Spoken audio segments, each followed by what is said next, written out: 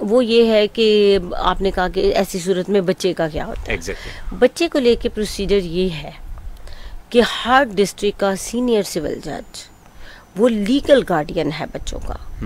उसका फर्ज है, ताकि मैं आपके प्रोग्राम के थ्रू ये भी मेंशन कराना चाहती हूँ कि आप जो ये सिग्नल्स के ऊपर बच्चे हैं ना, ये भी उसकी रिस्पॉन्सिबिलिटी है।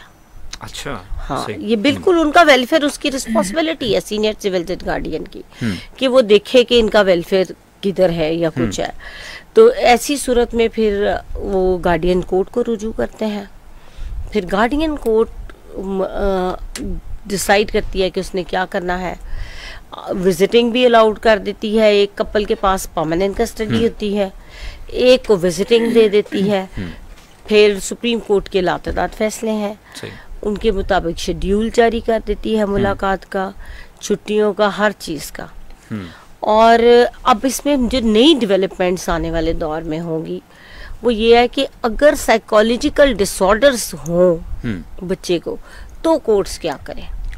फिर वो साइकेट्रिस्ट के ओपिनियन के ऊपर उस डिसीजन को ऑल्टर कर लिया जाएगा।